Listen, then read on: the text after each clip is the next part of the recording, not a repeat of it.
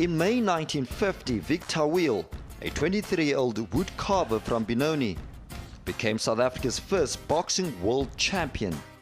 It set off a golden age for the sport in South Africa. I would think those days it was much more competitive.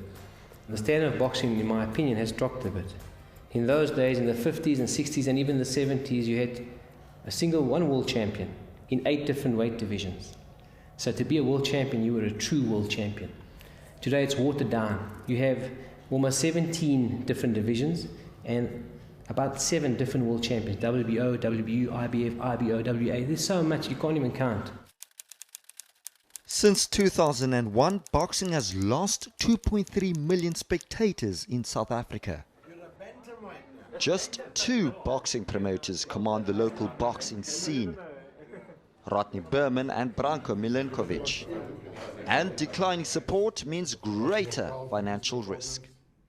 A boxing promoter that must cover all of the costs to stage the event, including the purse and other associated fees. As such, the promoters rely heavily on just 2 sources of income: sponsorship and, of course, the broadcast rights. So, putting on a good show for TV is their priority. Okay guys, I'm giving you instructions. Keep your hands up at all time. May the best man win. Can make boxing with the bell. Seconds. Berman's Golden Gloves recently introduced the all-or-nothing concept, where 8 of the country's cruiserweight boxers square up against each other over 3 tournaments. The last man standing wins 500,000 rand. It was hoped the format might revive an interest in boxing, but the reviews haven't all been positive. The opening bout at the first tournament in June was a lopsided affair. Cruiserweights in Africa, and of course, great right hand from Kevin Lerena.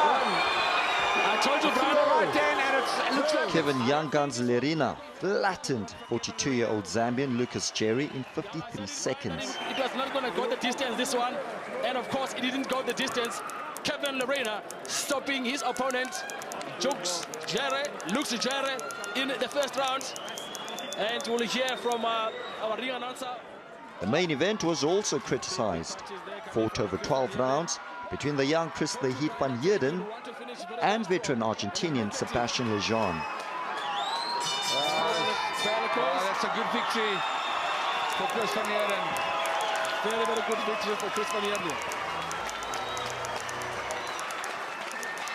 Yeah, good work, Chris van Heerden. Hard work and good work.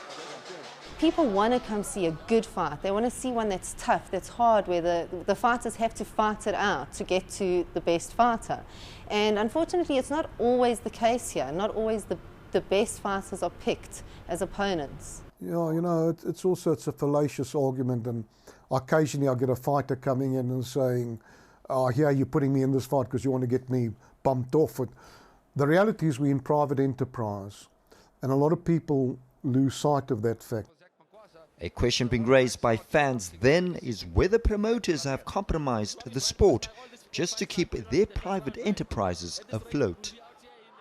Boxing South Africa seems to think so, even threatening to take TV rights away, saying it can do a better job developing quality boxing. All I want now is to see some equity, some justness and some fairness in the awarding of those boxing dates done by BSA properly. The main concern now is that Boxing South Africa couldn't possibly have the same experience that, say, a Rodney Berman or a Branko Milenkovic have in staging international fights. It's understandable, therefore, that our top promoters could feel compromised severely by being asked to hand over those rights to Boxing South Africa, which arguably to date has failed to prove that they can negotiate better terms than the promoters themselves.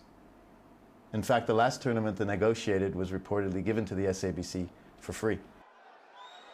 BSA's core mission is to protect boxers and elevate the sport.